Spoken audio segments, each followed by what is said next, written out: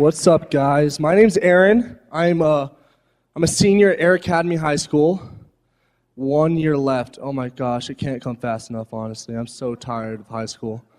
It's amazing what you learn in high school, though. Like, high school, it's like one of those moments that freshman year you come in, and you're just like, I'm not going to do a lot of stuff that society does. And then by sophomore year, you're just like, or I could do all that stuff that society wants me to do, and I could just save Jesus for later, right? I think a lot of times we find ourselves doing that. But I grew up in religion. My family is huge Christians. They're very strong. I had my mom's here right now. Hi, Mom. Wave your hand. My niece right there. She's the cutest thing in the family. She makes me look really ugly, and I'm okay with that. But, yeah, so I grew up, very religious family, grew up Christianity, grew up what not to do, and I learned really fast what to do. Even faster, probably what not to do. Like it only takes one time. But, I grew up in the church all my life. And I think that when you grow up in church and you go to public school, you kind of develop this, like, two-face. You know what I'm saying? That, like, your face that you have at school and your face that you have at church. You know what I'm saying? Your face you have around your friends and your face you have around your family. And it's hard to keep those faces separated. All my life I was able to master that until about sophomore year in high school. But before we dive into that, I want to talk about the definition of hope. Hope is a noun. It's not a verb. It's not an action. It's a feeling. It's something that we feel and we have the privilege of doing. I guess that's a great way to say it. But, okay, it's a feeling or expectation, desire of a certain thing to happen.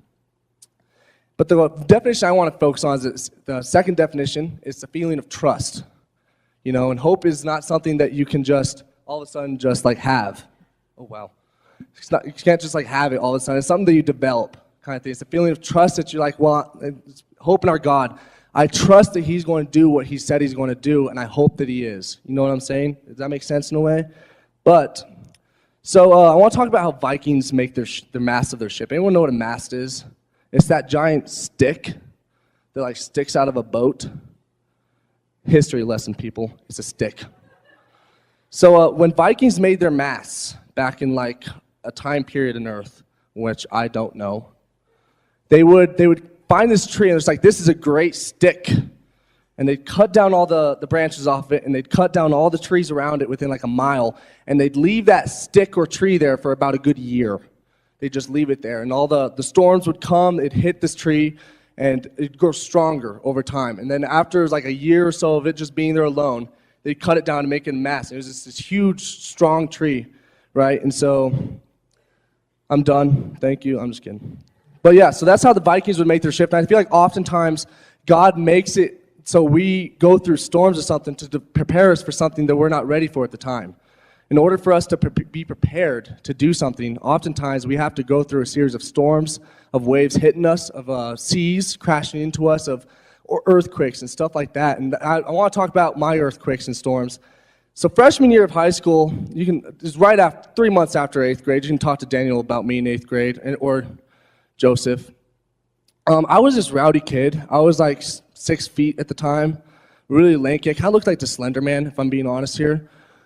I wasn't quite sure what to do with my body at times. I would just flail around, but that's cool. But freshman year, yeah, I joined the football team for about a month, realized that it was really hard, and I decided not to do football for about that year, right? And then, so something about me, I'm really hyperactive. I have a lot of energy. I like to be active, right? But when I choose not to be active, I choose to do stupid things instead. Just like, I got to put that energy somewhere. So I winded up looking for friends, right? I looked for friends. All of a sudden, the cool people don't like me, so I'm like, who's going to like me? And so all of a sudden, these really weird hoodlums liked me for some reason. They, took me into their group, and they're just like, this guy's awesome. He's funny, he's long, and he's, can reach stuff that we can't reach. So it's like, yeah, come to our friend group, come. So I got in the friend group, and then about sophomore year, found out that they were into some deep drugs. Honestly, we're about to get real here in about 30 seconds. They were into some drugs, right? And so when you're in a friend group, it's hard not to do what they're doing. It's hard to be able to sit there and be like, well, that's not okay, and walk away and be like, I don't know you guys, because it's very hard to do that. And I wasn't able to do that. I'm sorry to say, I don't have the strength to do that. So the people I hung out with, I became really fast. And so they're seeing there, I was at this party after a football game sophomore year, joined football again because I decided, hey, my friends are doing it, I should too. Terrible idea. So I joined football, right? After this football game, we went to this party with all my friends, and they passed me this joint. Why not? right? It's hard to say no to something when your friends are doing it, like I said. So I started smoking the joint stuff, and immediately I found it as like a hole that was being filled kind of thing. It's temporary filament of a hole in myself that I found. So I turned to drugs really fast. I became a quick stoner really fast. I found myself deep in weed, and something about weed, guys, that you can't really use it without dealing it. It's hard to just use and not deal. So I found myself about middle of sophomore year, my friends are dealing weed, I'm gonna start dealing weed, right? So that's what I start doing. I start dealing edibles to freshmen. I start dealing edibles to everybody that I know. I start making money. But all this time, once again, I got two faces. I go on Sunday mornings, I am a great saint. My name's Saint Aaron. I'm sitting there, I'm learning about Jesus, but on Monday morning, I'm dealing drugs. It's quick to develop that two-face. You know what I'm saying? So after sophomore year, I'm going to say, I was like, you know what? This isn't working out. I went to winter camp with my church. I was like, I'm going to stop dealing drugs. I'm going to turn from that. But the thing about when you're trying to get over a habit, you can't just do it by yourself. And I tried to. I tried to do it by myself. I tried to ignore all my people at church that were willing to go along with me and be like, well, you know what, we'll help you out. Because I want to maintain this look of perfectness in my church. I want to maintain, it's like, I have no problems whatsoever. I'm a perfect guy. I was a student leader at the time. So I was a student leader, and you know, I didn't want to be seen as someone that had made mistakes. And it's okay to be seen that. I want you guys to know, Hannah Montana said it best, we all made mistakes. She said it the best out of any of us ever could. Right, sophomore year, I gotta stay on track here. So I turned away from drugs, but I still had those friends in my life. I thought that I'd be able to do it by myself. And I started focusing on what I was supposed to do. I started going to workouts for football, off-season workouts. I started lifting a lot. I started really focusing on kind of being active again. I started focusing more on my church, focusing on serving kind of thing. But once again, I still had those friends in my life, and friends can be a big influence. I said that earlier, I'll say it again, they're a huge influence on your life, and it's hard to be able to turn away from people just because you're comfortable where you are. Like you guys said earlier about discomfort, that was amazing, that really touched me. But I was comfortable with my friends, and they winded up getting me right back to where I was in the very beginning. So guys, real quick, I don't know if you guys want to write this down, you guys can, in 2 months, you can travel so far, but in one choice can put you back to where you were in those beginning of those 2 months. So immediately, my friends convinced me to do this one drug deal to this freshman. He was first time, didn't know what he was doing. I dealt about 450 milligrams of THC to him. That's a lot. It's about $50 of weed. I wound up dealing to him, and then that was beginning of school. By second period, he was in the office throwing up. He was throwing up blood, and he had eaten all of that, and that's very bad, okay? Don't know if you guys know that. Don't do it. Okay, drugs, bad, say no. But he was throwing up blood, and I found myself in handcuffs in front of the dean. And he's looking at me, he's like, did you deal drugs earlier today? And me being my lying self, I was like, no, I did not, right? And so he shows me this footage of me handing drugs to this freshman. And at that moment, I realized, who had I become? Who am I at this moment to be, like 2 months ago, I'm like at this winter camp, I'm crying on my knees, I'm giving myself up to Jesus again, but then 2 months, I'm doing drugs again, now I'm in handcuffs. So about the end of the day, I was kicked out of school. I was expelled from school for a year. Nice thing about District 20, really grateful. When they expel you, you can only be expelled for a year. You can't be expelled for more than that. You can get your sentence extended if you wind up doing the same thing that you were doing. But I was expelled for a year, and so for about a month afterwards, guys, I was a wreck.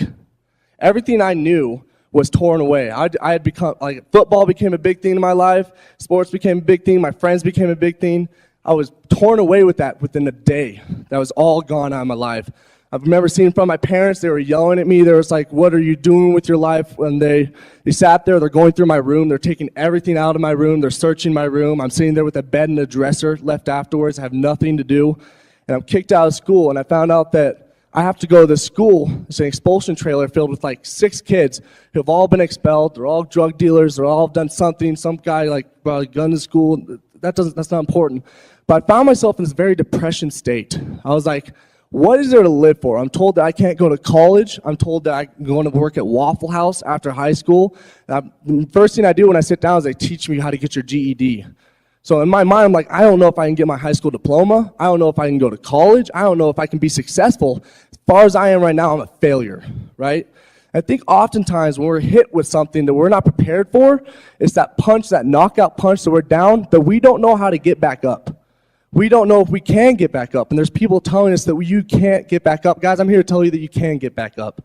And it's hard to do, but you can get back up so quickly. And you can get back up, and all it is just God in your corner of your coach telling you that you got this, that he's able to get you back up. So like I said, I was a student leader at my church, Rock Family Church. And my mom, being the mom that she is, she's like, you're going to meet with your youth leader, your youth pastor. She does not sound like that. I apologize. I know that. Stop. So I went there. I was seeing in his office, and the first part of the conversation, I looked at him in the eye. I was like, so I just got kicked out of school. And he's like, that's a great way to lead the conversation. I'm like, thank you. I prepared for it. So he sits there, and he's like, so what happened? I start telling him what happened. I start telling him about, I'm pouring out everything, my entire story of like what I've been doing in the past year. And he sits there, he's like, he only asked 2 questions in this entire time. The first one was like, what'd you do? The second one was, are you angry? I thought he was the stupidest person I ever met in that moment. I was like, am I angry? Of course I'm freaking angry. I'm angry at the world. I'm angry at my school. I'm angry at my church. I'm angry at my parents. I'm angry at my friends.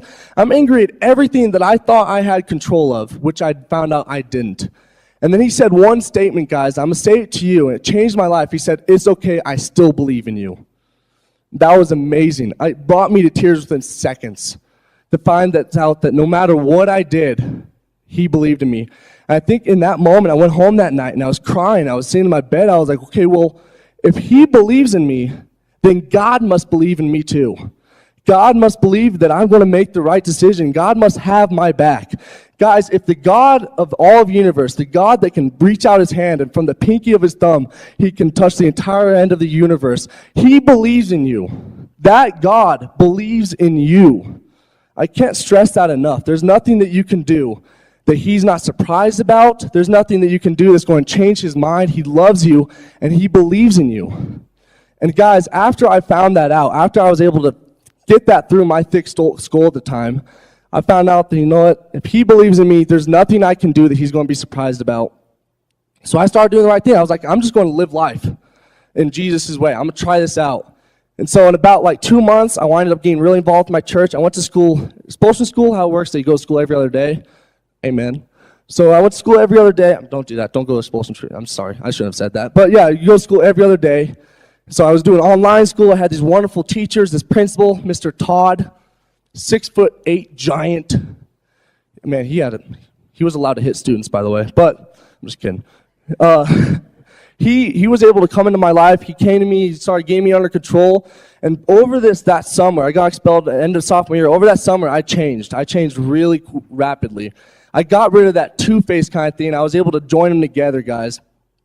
And one of the things that when you join those two faces together, you become a different person. It just happens. I don't know how, if that's like the circle of life, but it happens. So I joined those two faces together. I got really involved in my church again. My pastor found that out. Summer camp of 2017, I rededicated my life to God. I sat there. I was like, you know what? I'm going to give this all over. I'm going to try again. And that's the wonderful thing about our God, guys, that he doesn't care how many times you try because he still's with you through the entire thing. Side note.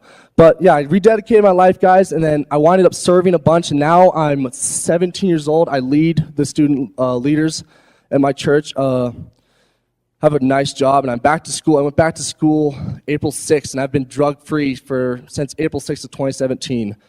It's hard to do. But guys, I want to tell you guys that if you didn't get anything out of my message and my testimony, I just want you guys to know God believes in you.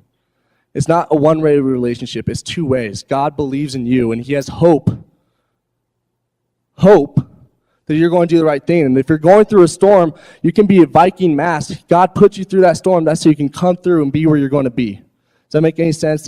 Guys, you're made for wonderful things. God believes in you, and I believe that you guys are going to be the next generation of leaders. All right, so that was it. That was a quick end, but thank you for letting me speak.